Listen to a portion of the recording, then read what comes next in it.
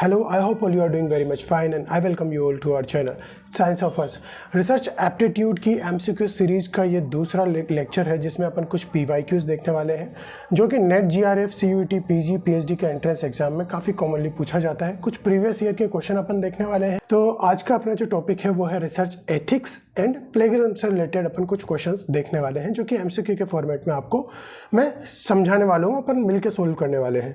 तो आइए first question जो है अपना वो क्या है, क्वेश्चन नंबर 11, क्योंकि 1 to 10 क्वेश्चन इससे प्रीवियस वीडियो में मैंने डाल दिया था। इस वीडियो के डिस्क्रिप्शन में वो लिंक डाल दूंगा या फिर एंड कार्ड्स इन्फो कार्ड्स में मैं उस वीडियो का लिंक डाल दूंगा।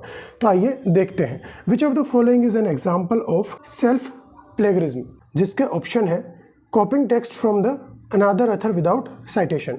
सेकंड जो है ऑप्शन वो है publishing the same research in multiple journals without proper acknowledgement.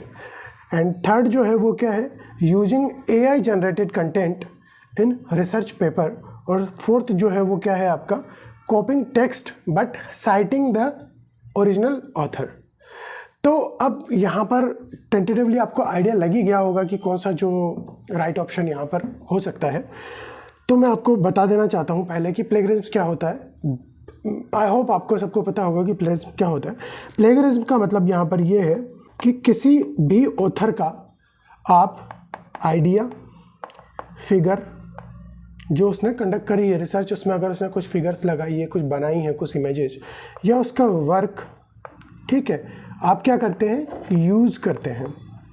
तो वो यूज़ किया हुआ वर्क अगर आप काम में लेते हैं बिना उसको, विदाउट गिविंग क्रेडिट, ओके, तो इसको अपन क्या बोलते हैं, प्लेगरिज्म। तो यहाँ पर ये क्या पूछ रहा है, सेल्फ प्लेगरिज्म। पहला जो अपना ऑप्शन है वो है copying text from another author without citation. तो विदाउट साइटेशन तो एक तरीके का प्लेगरिज्म तो ये है ही, पर ये क्या पूछ रहा है अपन से, अपना क्वेश्चन स्पेसिफिकली अपन से पूछ रहा है कि सेल्फ प्लेगरिज्म क्या होता है, ठीक है। पर ये जो है बात हो रही है, ये एक तरीके से जो डेफिनेशन है वो किसकी है, ट्रेडिशनल प्लेगरिज्म की। मतलब कि ऐसा तो लोग करते ही हैं, इसको अपन क्या बोलते हैं, प्लेगरिज्म बोलते हैं। पर ये जो है ये सेल्फ प्लेगरिज्म का एग्जांपल नहीं है। तो ये अपना जो ऑप्शन है वो क्या है, रॉन्ग है। कई बच्चे यहाँ पर कंफ्यूज हो सकते हैं क्योंकि एक बहुत स्ट्रॉन्ग डिस्ट्रैक्शन है। नेक्स्ट जो अपना ऑप्शन है वो क्या है, सेकंड जो है अपना क्या है, publishing the same research in multiple journals without proper acknowledgement. आपने एक रिसर्च कंडक्ट कर लिया, अब आपने अलग अलग जर्नल्स में आप उसी कंटेंट को यूज कर रहे हो, मतलब कि आप उस रिसर्च में कुछ भी नया वर्क नहीं कर रहे। तो इससे आप क्या कर रहे हो, पब्लिशर्स को भी बेवकूफ़ बना रहे हो और रीडर्स को भी बेवकूफ़ बना रहे हो, ठीक है। जो रिसर्च पढ़ते रहते हैं उनको भी आप पागल बना रहे हो अगर आप अलग अलग क्योंकि readers are tend to search for the literature from different websites, है ना, और वो अलग अलग वेबसाइट पे जाके साइट करते हैं। अब आपने एक जगह आपका जर्नल में पब्लिश करवाया अपना वर्क और वही सेम कंटेंट आप कहीं और करवा रहे हैं, तो एक तो उससे क्या होता है कि आप दोबारा जब पब्लिश करवाएंगे तो वो सेम टाइम पे तो करवाएंगे नहीं, तो दूसरे टाइम पे करवाएंगे तो उससे क्या होगा कि वो कंटेंट जो है और भी ज़्यादा नया लगेगा। तो ओल्ड कंटेंट को न्यू बना रहे हो आप। तो ये एक टाइप का सीरियस एथिकल इशू है रिसर्च में। तो ये आपने क्या किया कि खुद का ही वर्क ले लिया। तो ये अपने जो है ऑप्शन से मिलता जुलता है। 99% ये चांसेस है कि ये आपका ऑप्शन जो है ये राइट है, लेकिन फिर भी अपन क्या करेंगे, नेक्स्ट ऑप्शन जरूर देखेंगे क्योंकि हो सकता है कि बेस्ट सुटेड आंसर जो है वो नेक्स्ट हो। थर्ड जो ऑप्शन क्या है वो क्या है, using AI generated content in research paper. अब AI जनरेटेड कंटेंट आप रिसर्च पेपर में जब काम में लेते हैं तो ये एक तरीके का एथिकल इशू तो है, ठीक है, पर ये एक सेपरेट एथिकल इशू है, ठीक है। ये एक सेपरेट एथिकल इशू है, इसको एक अलग से अपन को कंसिडर करना पड़ता है। ये प्लेगरिज्म के अंदर नहीं आता है क्योंकि आप जब रिसर्च कंडक्ट करते हैं और आप मेंशन कर देते हैं अपने रिसर्च में कि मैं ये यहाँ पर मैंने AI जनरेटेड कंटेंट यूज़ किया है, तो मैंने उसकी हेल्प ली है, तो ये सेल्फ प्लेगरिज्म का एग्जाम्पल नहीं है।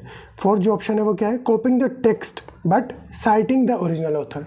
तो ये तो प्लेगरिज्म नहीं हुआ क्योंकि आपने टेक्स्ट भी कॉपी कर लिया, ठीक है, अच्छी बात है, पर आपने क्या किया, क्रेडिट दे दिया, साइट कर दिया ऑथर को, जो ओरिजिनल ऑथर था उसको आपने क्या किया, क्रेडिट दे दिया है ना, साइटेशन में, रेफरेंस में आपने उसका नाम डाल दिया, तो ये तो आपने क्रेडिट दे दिया, तो इतना आप यूज़ कर सकते हो, और कितना यूज़ कर सकते हो वो आगे आएगा आपका, है ना। तो यहाँ पर आपका जो बेस्ट आंसर है वो क्या है, ऑप्शन नंबर बी। तो यहाँ पर ये इसके रेशनल्स हैं, मैं 1 सेकंड के लिए आपके लिए पॉज कर देता हूँ, ये सभी आपने दे रखा है। देखो ये ट्रेडिशनल प्लेगरिज्म हो गया दूसरा। अब self plagiarism happens when author reuse their previously published work without proper citation और एक्नॉलेजमेंट, ठीक है। तीसरा जो है एआई जनरेटेड एक सेपरेट एथिकल इशू है। और फोर्थ जो ऑप्शन है वो क्या है, copying the text but citing the journal, तो ये एक प्लेगरिज्म नहीं हुआ एक तरीके का, ठीक है। नेक्स्ट जो अपना क्वेश्चन है वो बहुत ही अच्छा क्वेश्चन है, question number 12। UGC plagiarism policy के अकॉर्डिंग कंसिडर्स, है ना भाई, यूजीसी की प्लेगरिज्म पॉलिसी है कि वो प्लेगरिज्म को कितना अलाउ करती है कि आप अपनी रिसर्च में दूसरों का काम कितना डाल सकते हो, वो उसकी पॉलिसी के अंतर्गत कितना परसेंटेज में आप डाल सकते हो, ठीक है। जैसे कि आपने पेपर पब्लिश करवाने के लिए भेजा हो, प्लेगरिज्म डिटेक्टर उनके पास होते हैं, वो चेक करते हैं, तो वो पता लगा लेता है कि ये जो कंटेंट इन्होंने दिया है ये ऑलरेडी इंटरनेट पे पड़ा है या नहीं पड़ा, या कि उसकी ओरिजिनलिटी को चेक करने के लिए कि आपने कितना % ओरिजिनल लिखा है आपका पेपर। तो ऐसा होता ही है कि रेफरेंस के लिए आप कई बार दूसरों के कोट्स, कुछ डेटा फाइंडिंग्स आप रेफरेंस के लिए लगाते हैं, वो आपके रिसर्च की वैल्यूज़ को बढ़ाता है ना, और रिलेटेड स्टडीज़ के बारे में भी आपके रीडर को इंसाइट देता है ना, और एक स्ट्रॉन्ग बेस बनाता है आपकी रिसर्च का। वो ज़रूरी है, वो लिटरेचर का आप थोड़ा पार्ट डाल सकते हैं, पर कितना % डाल सकते हैं ताकि आपकी ओरिजिनलिटी आप ब्रेक ना करें। तो यूजीसी की पॉलिसी के हिसाब से कितना डाल सकते हैं, how much % is a severe. अब यहाँ पर एक क्वेश्चन में इन्होंने डाला है कि सीवियर प्लेगरिज्म, ठीक है, कि उन्होंने जो पैरामीटर्स बनाए हुए हैं उस हिसाब से कितना % अगर आप यूज़ करेंगे तो वो सीवियर में आएगा, 5%, 20%, 40% एंड 60%। तो आपको क्या लगता है, डी राइट है, 60% जो है प्लेगरिज्म सीवियर प्लेगरिज्म के अंडर में आता है, मतलब इतना उसको कंसिडर किया जाता है ना। तो ये जब इतना % प्लेगरिज्म किसी में पाया जाता है, हो सकता है कि आपका रिसर्च का जो वर्क है वो कैंसिल हो जाए और आपको दोबारा रिसर्च करनी पड़े, या फिर आपको एक पर्टिकुलर टाइम तक वो बैन कर दें क्योंकि आप डेडिकेटेड नहीं हो रिसर्च करने के लिए। इसके कुछ पैरामीटर से रेशनल में मैंने डाले हुए हैं। तो यूजीसी की पॉलिसी के हिसाब से इन्होंने अपने कुछ पैरामीटर सेट किए हुए हैं। तो बिलो 10% आप जब यूज़ करते हैं तो ये एक टाइप का माइनर प्लेगरिज्म के अंडर आता है, इसमें कोई पेनल्टी आपकी नहीं लगती, नो पेनल्टी। बट आप 10 to 40% यूज़ करते हैं तो ये मॉडरेट लेवल का प्लेगरिज्म इसको मानते हैं, ठीक है। और इसमें आपको हो सकता है कि रिवीजन करने को वो बोले कि आप अपनी जो कंटेंट है, आपने जो वर्क किया है उसको रिवाइज करें। नेक्स्ट है 40 to 60, ये एक टाइप का सिग्निफिकेंट प्लेगरिज्म है 40 to 60% पे। ये वैल्यूज़ आप कुछ देख लें, इसका स्क्रीनशॉट आप ले लें और आप एक बार आइडिया लगा लें। कई बार ये पूछा जाता है कि यूजीसी के हिसाब से कितना सीवियर में आता है, कितना मॉडरेट में आता है, कितना माइनर में आता है। माइनर आप यूज़ कर सकते हैं आपकी रिसर्च में 10%, ठीक है। नेक्स्ट जो क्वेश्चन है वो है क्वेश्चन नंबर 13, फाल्सिफिकेशन। अब falsification in research refers to, अब फाल्सिफिकेशन का मतलब क्या होता है यही पूछ रहा है, ठीक है। Making up data, modifying the existing data to fit the hypothesis, using outdated sources and changing research methodology in midway. तो यहाँ पर आपको क्या लगता है, आपका क्या, आप एक गेस मारे कि क्या हो सकता है। फॉल्सिफिकेशन का मतलब हो सकता है कि आप जो है वो कहाँ पर अटक सके, मेकिंग अप डेटा। तो फॉल्सिफिकेशन से काफ़ी मैच करता है ये, पर यहाँ पर इसका जो करेक्ट आंसर है वो फर्स्ट नहीं है। यहाँ पर इसका करेक्ट ऑप्शन जो है वो क्या है, modifying B, modifying existing data, ठीक है, डेटा टू फिट हाइपोथेसिस। मतलब आपने रिसर्च कंडक्ट कर ली, आपको अपने सैंपल्स से, पार्टिसिपेंट से जो न्यूमेरिकल डेटा या जिस भी टाइप का डेटा मिला है, अब वो आपकी हाइपोथेसिस को सूट नहीं कर रहा है। आपने इतनी मेहनत करा रिसर्च में, आप क्या कर रहे हैं, अपनी हाइपोथेसिस से मिलाने के चक्कर में उस डेटा को मॉडिफाई कर रहे हैं। तो ये क्या हो गया, ये हो गया फाल्सिफिकेशन। और मेकिंग अप डेटा का मतलब यहाँ पर यह है कि आपने रिसर्च कंडक्ट करी है पर आपने डेटा ही आपने जनरेट नहीं किया, आपने पार्टिसिपेंट से कोई डेटा नहीं लिया, है ना। आपने जो भी आपके पैरामीटर्स से, क्वेश्चन से, टूल्स थे, उनसे आपने कुछ भी काम में नहीं लिया, आप फेक डेटा प्रोड्यूस कर रहे हो मन घड़ंत। तो वो क्या हो गया, मेकिंग अप डेटा। उसको अपन क्या बोलते हैं, फैब्रिकेशन, डेटा फैब्रिकेशन। थर्ड जो चीज़ है, यूजिंग आउटडेटेड सोर्सेज। ये इसमें कोई प्रॉब्लम नहीं है, ये कोई बुरी बात भी नहीं है, पर यह है कि आपकी रिसर्च को जो है ये पुअर बनाता है, रिसर्च की क्वालिटी पे ये इम्पैक्ट डालता है। फोर्थ जो है चेंजिंग रिसर्च मेथडोलॉजी इन मिडवे। अब क्या है कि कुछ सर्कमस्टांसेस ऐसे हो जाते हैं जिसमें आपको रिसर्च डिज़ाइन चेंज करनी पड़ जाती है, क्योंकि कुछ ऐसी फाइंडिंग्स आती है, उस चक्कर में आप चेंज कर सकते हैं। इसमें कोई इशू नहीं है, वो फॉल्सिफिकेशन नहीं होगा, बस आपको रिसर्च में मेंशन करना पड़ेगा और आपको कमेटी से परमिशन लेनी पड़ेगी, ठीक है। तो you need to take a permission from the higher authority to conduct the research, right. तो फॉल्सिफिकेशन ऑफ डेटा में making of data is fabrication, modifying the existing data is the correct option, falsification अपन इसी को बोलते हैं।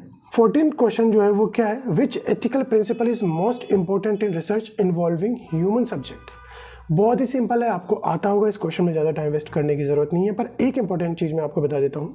देखो इसके options में आपको जाने पे जाने ऑप्शंस भी मिल जाएंगे। डिसेप्शन, ये अपन अभी सेपरेटली बताऊँगा मैं आपको कि ये क्या होता है, ठीक है, वेट करें।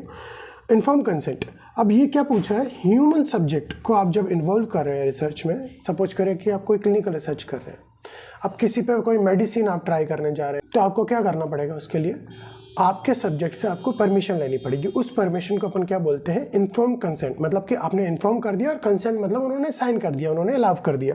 तो इन्फॉर्म कंसेंट का मतलब यहाँ पर ये हो गया। तो जब आप ह्यूमन सब्जेक्ट को इन्वॉल्व करते हैं अपनी रिसर्च में, तो आप उनसे क्या करते हैं, इन्फॉर्म कंसेंट लेते हैं, ठीक है। तो यहाँ पर मोस्ट इंपॉर्टेंट एथिकल प्रिंसिपल क्या हो गया आपका, रिसर्च कंडक्ट करते टाइम जब आप ह्यूमन सब्जेक्ट को इन्वॉल्व करते हैं, वो हो गया इन्फॉर्म कंसेंट। पूछे, वो इजाज़त दे, फिर आप अपना एक्सपेरिमेंट कंडक्ट करें, या जो भी आप उनसे क्वेश्चनर्स जो भी आप यूज़ करना चाहते हैं उनसे इन्फॉर्मेशन निकालें, वो जब है। डेटा फैब्रिकेशन अभी अपन ने देखा, मेकिंग ऑफ डेटा। तो लास्ट है आपका कॉन्फ्लिक्ट ऑफ इंटरेस्ट। अब कॉन्फ्लिक्ट ऑफ इंटरेस्ट क्या होता है, वो आप यहाँ पर देखें, ये इसकी लैंग्वेज है, एक टाइप का एथिकल कंसर्न है, but is does not directly related to the research, है ना, to protecting human subject. Researcher must disclose any conflict, अगर कोई कॉन्फ्लिक्ट ऑफ इंटरेस्ट है या कॉन्फ्लिक्ट ऑफ आइडियाज़ है, तो वो ट्रांसपेरेंसी को मेंटेन रखने के लिए वो हमेशा एक सेगमेंट होता है, इसी नाम से वहाँ पर वो ऑथर जो है मेंशन करता है। अलग से जो मैंने आपको कहा था कि मैं आपको डिसेप्शन बता दूंगा कि डिसेप्शन क्या होता है। डिसेप्शन का मतलब यहाँ पर कि आप, ये मोस्टली पहली बात तो साइकोलॉजिकल कुछ एक्सपेरिमेंट होते हैं, उनमें ये यूज़ किया जाता है। आपके पार्टिसिपेंट को बेवकूफ़ बनाते हो, वो ज़रूरत पड़ती है बनाने की, इसलिए आप फिर क्या करते हो कि उसको ट्रुथ नहीं बताते।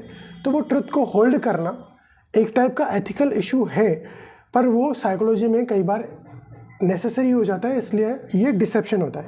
पर ये होता कैसे है मैं आपको बताऊं, एक एग्जांपल दे देता हूं। एक एक्सपेरिमेंट कंडक्ट किया गया था, उसका नाम है द एश कॉन्फर्मिटी एक्सपेरिमेंट 1951 में।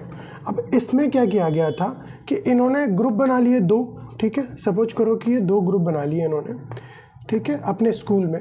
आप मान लीजिए जैसे कि आप एक क्लासरूम में, और वहाँ पे आपने दो टाइप के ग्रुप बना दिए। एक ग्रुप आप क्या एक्टर्स का रखते हो, वो फॉल्स करते हैं, वो पर्पसली आपको झूठ बोलते हैं। ऐसे बोलते हैं आप किसी से झूठ बुला रहे हो, कुछ पार्टिसिपेंट से जानबूझ के, सोशल प्रेशर में आके आपका डेटा कितना मैनिपुलेट हो सकता है वो चेक करने के लिए ये करते हैं। सपोज करें कि इन्होंने जो है 3 लाइन्स ड्रॉ करी है, मैं ये 3 लाइन ड्रॉ कर देता हूँ, ठीक है। अब ये अलग अलग कलर की लाइंस हैं मान लीजिए आप, है ना, या फिर अपन इसको डिनोट कर देते हैं 1 2 3 के नंबर से, 1 और 2 और 3। अब मैंने एक ग्रुप से पूछा कि इनमें से सबसे बड़ी लाइन कौन सी है, और मतलब कंबाइंडली मैंने पूछा कि कौन सी इनमें से लेंथ के हिसाब से सबसे बड़ी लाइन कौन सी है। तो एक जो मैंने एक्टर्स का ग्रुप रखा है वो झूठ बोलेगा एक पर्पज फुलफिल करने के लिए, वो मेरे ही कहने पे, कि ये वाली जो लाइन है, लाइन नंबर 3, वो सबसे बड़ी है। पर आप बहुत आराम से देख के ये बता सकते हैं कि सबसे बड़ी लाइन कौन सी है, सेकंड। तो यहाँ पर अब जो दूसरा ग्रुप है वो दूसरों के प्रेशर में आके और वो बोलेगा कि हाँ लाइन नंबर 3 जो है वही सबसे बड़ी है। तो वो कितना इन्फ्लुएंस है पीयर प्रेशर का, जानबूझ के अपन को ये चीज़ करनी पड़ती है। तो इस टाइम इन्फॉर्म कंसेंट आपको रिक्वायर नहीं होता है, ठीक है। ये टाइप का एथिकल इशू, पर इसमें आप ध्यान रखें कि कोई भी हार्म ना करें आप आपके ह्यूमन सब्जेक्ट्स को, राइट। नेक्स्ट जो क्वेश्चन है वो आपका बड़ा इंटरेस्टिंग क्वेश्चन है, द सेलेमी स्लाइसिंग। अब द सेलेमी स्लाइसिंग का मतलब यहाँ पर क्या है, एक टर्म है in research ethics refers to, इसका मतलब क्या होता है। तो पहली चीज़ तो मैं आपको बता दूं, publishing the same research first option in the multiple journals. ये क्या हो गया आपका, एक रिसर्च को आप अलग अलग जर्नल में पब्लिश करवा रहे हो, डुप्लीकेशन, राइट। दूसरी जो चीज़ है, splitting one research into many smaller parts. अर्थ जो है वो आपका क्या है, मैनिपुलेशन स्टैटिकल डेटा। अब स्टैटिकल डेटा को आप मैनिपुलेट करते हैं तो ये क्या हो गया आपका फॉल्सिफिकेशन। लास्ट ऑप्शन आपका क्या है, अवॉइडिंग पीयर रिव्यू, आप बाईपास कर देते हैं पीयर रिव्यू के प्रोसेस को है। ऑप्शन नंबर बी जो है वो क्या है, splitting one research into many smaller part. अब ये आप करते कैसे हैं, एक्चुअली यही होता है सेलेमी स्लाइसिंग। सेलेमी स्लाइसिंग में रिसर्च को आप मल्टीपल पार्ट्स में, स्मॉल पार्ट्स में कैसे डिवाइड कर सकते हैं। आपने सपोज करें सोशियो डेमोग्राफिक वेरिएबल्स लिए, जैसे कि age, gender, previous knowledge, suppose करें कि रूरल, अर्बन, ये पॉपुलेशन ले लिए। अब आप एक रिसर्च में इन सब पैरामीटर्स के हिसाब से आप अपना सिग्निफिकेंस चेक कर रहे हैं कि लोगों में इफेक्ट ज़्यादा देखने को मिल रहा है, कम देखने को मिल रहा है। वो आप कैसे चेक करते हैं, काई स्क्वायर से, ठीक है। काई स्क्वायर एक स्टैटिकल टेस्ट होता है, भाई इस एज के लोगों को में ज़्यादा इफेक्ट देखने को मिल रहा है, इस जेंडर में ज़्यादा देखने को मिल रहा है, अर्बन रूरल पॉपुलेशन में कितना सिग्निफिकेंस देखने को मिल रहा है ना, प्रीवियस नॉलेज वालों को कितना देखने को मिल रहा है। तो अब आपने ये एक ही रिसर्च में आपने कंडक्ट कर लिया, पर आप जब पब्लिश करवाने जा रहे हैं अपना वो, तो आपने स्मॉलर पार्ट्स में अपने रिसर्च को डिवाइड कर दिया। जैसे कि आपने कोई भी स्टडी कंडक्ट करी, उसने बोला कि मैंने सिर्फ एज के हिसाब से, एज सोशो डेमोग्राफिक मेरा वेरिएबल है वो लिया है। सेम पेपर आप फिर अर्बन रूरल पॉपुलेशन पर ले लेते हैं, सेम पेपर फिर आप प्रीवियस नॉलेज वालों के, भाई जिनको पहले से नॉलेज थी। तो यह मल्टीपल स्मॉलर पार्ट्स में डिवाइड करके जब आप इसको करते हैं तो ये आप स्लाइसिंग कर रहे हैं, तो इसको क्या बोलते हैं, सेलेमी स्लाइसिंग बोलते हैं, ठीक है। ये यहाँ पर आपका रेशनल है। क्वेश्चन नंबर 16 है अपना, applied research is focused on. अब अप्लाइड रिसर्च किस पे फोकस करती है। ऑप्शन नंबर ए का मतलब यहाँ पर आपका ये हो गया कि अंडरस्टैंडिंग एब्स्ट्रैक्ट कॉन्सेप्ट, आप एब्स्ट्रैक्ट के कॉन्सेप्ट को समझे, ठीक है। मतलब कि आप बेसिक रिसर्च का एक टाइप का ये फीचर हो गया। इसमें क्या होगा कि आप प्रीवियसली जो गेन नॉलेज है या थ्योरेटिकल नॉलेज है उसको आप क्या करेंगे, एक्सपांड करेंगे। अब सॉल्व रियल वर्ल्ड प्रॉब्लम, ये होता है आपका अप्लाइड रिसर्च में। तो आपका करेक्ट ऑप्शन जो कौन सा है वो B, testing hypothesis without application. अब अगर हाइपोथेसिस को आप टेस्ट कर रहे हो पर आपको अप्लाई नहीं करना है उस चीज़ को, अभी इतनी के करंट कोई वो नहीं है, तो वो चीज़ क्या हो गई आपकी, एक टाइप के बेसिक रिसर्च का हो गया। नेक्स्ट डेवलपिंग थ्योरीज, अभी डेवलपिंग थ्योरीज भी जो है वो बेसिक रिसर्च का फीचर हो गया, ठीक है।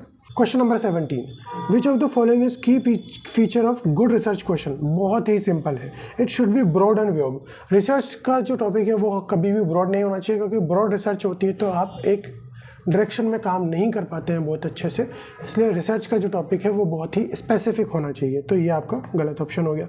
It should be specific and researchable, तो ये आपका राइट ऑप्शन अभी तक के लिए हो गया। नेक्स्ट पढ़ लीजिए, it should contain personal opinions. तो रिसर्च में आपका पर्सनल ओपिनियंस बिल्कुल नहीं चलता, आप बहुत प्योरली एक स्टडी कंडक्ट करते हैं और जो डेटा निकल के आता है आप उस पर रिलाई करते हैं, ठीक है, वो चीज़ होती है। लास्ट ऑप्शन क्या है, it should be based on assumptions. नहीं, अज्यूमशंस पे नहीं, हाइपोथेसिस पे, प्रिडिक्शंस पे एक बार को फिर भी चल सकता है, क्योंकि कैलकुलेटिव थिंकिंग उसमें यूज़ होती है। अज्यूमशन बहुत ही बिलीफ के ऊपर चलता है कि आई अज्यूम, है ना, अब वो तो अज्यूमशन पे ये चीज़ वर्क नहीं करती है। तो ये सब बेड रिसर्च के वो है, पर एक गुड रिसर्च जो है वो कैसी होनी चाहिए, स्पेसिफिक और रिसर्चेबल, ऐसा टॉपिक जिस पर रिसर्च की जा सके और बहुत ही स्पेसिफिक वो होना चाहिए।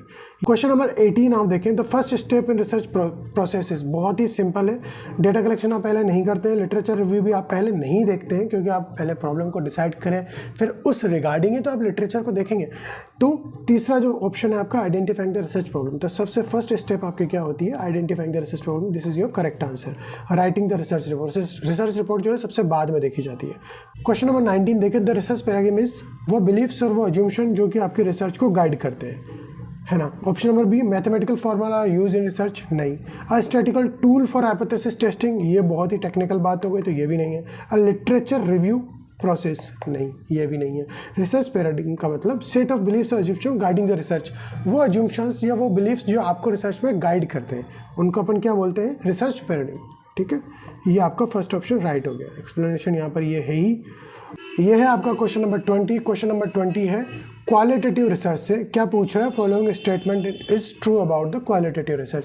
अब क्वालिटेटिव रिसर्च और क्वांटिटेटिव रिसर्च अपना जो है, इससे पिछले वाले PYQ और MCQ रिसर्च एप्टीट्यूड से रिलेटेड वीडियो का टाइटल था, टॉपिक था, वहाँ पे मैंने बहुत अच्छे से पढ़ाया हुआ है।